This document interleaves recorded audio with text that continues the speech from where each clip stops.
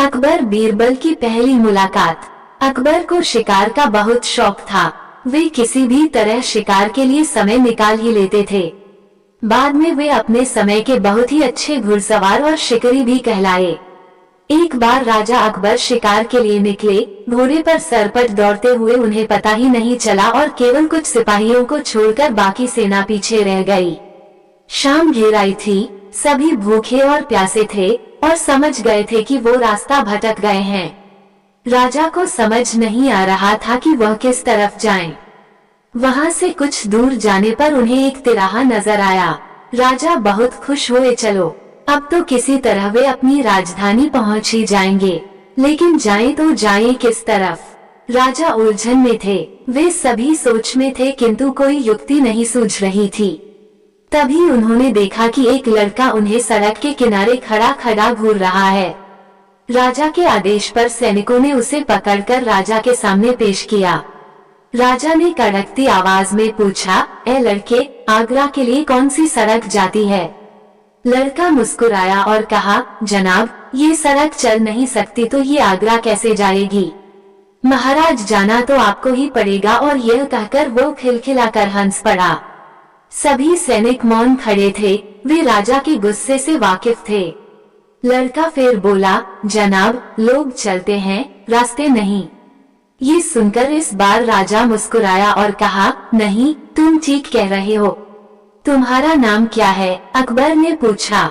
मेरा नाम महेश दास है महाराज, लड़के ने उत्तर दिया। और आप कौन हैं? अकबर ने अपनी अंगूठी निकालकर महेश दास को देते हुए कहा, तुम महाराजा अकबर, हिंदुस्तान के सम्राट से बात कर रहे हो। मुझे निडर लोग पसंद हैं। तुम मेरे दरबार में आना और मुझे ये अंगूठी दिखाना। ये अंगूठी देखकर मैं तुम्हें पहचान लूंगा।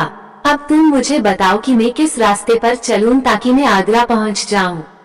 महेश दास ने सिर झुकाकर आगरा का रास्ता बताया और जाते हुए हिंदुस्तान के सम्राट को देखता रहा। जब महेश जवान हुआ तो वह अपना भाग्य आजमाने राजा से मिलने चल दिया। जैसे तैसे तलाशते हुए वह बादशाह के महल तक पहुंच गया। महल का द्वार बहुत बड़ा और कीमती पत्थरों से सजा हुआ था। ऐसा दरवाजा महेश ने कभी सपनों में भी नहीं देखा था। उसने जैसे ही महल में प्रवेश करना चाहा, रौबदार मूंछों वाले दरबान ने अपना भाला हवा में लहराया और उसे रोक दिया। दरबान बोला, तुम्हें क्या लगता है कि तुम कहाँ प्रवेश कर रहे हो? पहरेदार ने कड़कती आवाज में पूछा। महेश ने नम्रता से जवाब दिया, महाशय, मैं महाराज से मिलने आया हूँ। महेश ने बादशाह की दी हुई अंगूठी दरबान को दिखाई। इस बार दरबान ने कहा कि अंदर जाओ, पर तुम्हें महाराज जो भी इनाम देंगे उसका आधा हिस्सा तुम मुझे दोगे। महेश ने एक पल सोचा और फिर मुस्कुराकर बोला, ठीक है, मुझे मंजूर है।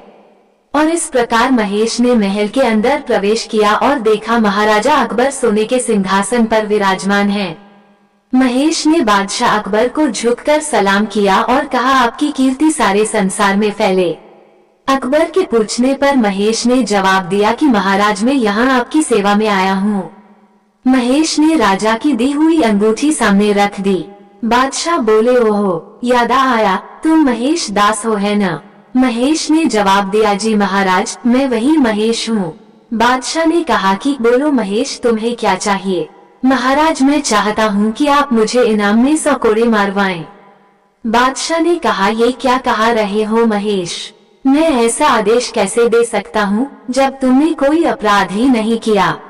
महेश ने नम्रता से उत्तर दिया कि नहीं महाराज, मुझे तो 100 कोड़े ही मारिए। मैंने किसी से वादा किया इनाम के आधे हिस्से देने का। अकबर बोले, कैसा वादा महेश? महाराज, जब मैं महल में प्रवेश कर रहा था तो दरबान ने मुझे इस शर्त पर अंदर आने दिया कि मुझे जो भी उपहार प्राप्त होगा उसका आधा हिस्सा मैं दरबान को दूंगा।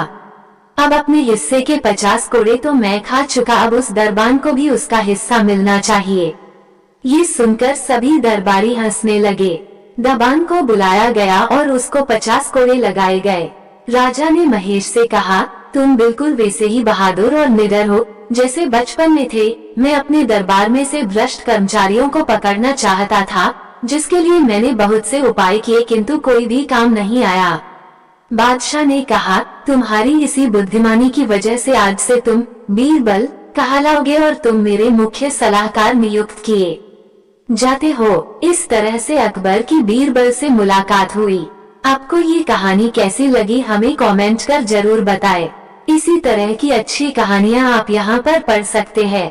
यहाँ उपस्थित शिक्षाप्रद कहानियाँ आपका मनोरंजन करने के साथ दिशा भी देंगी। तो बने रहिए हमारे साथ और हमारे प्रयास को सफल बनाएं।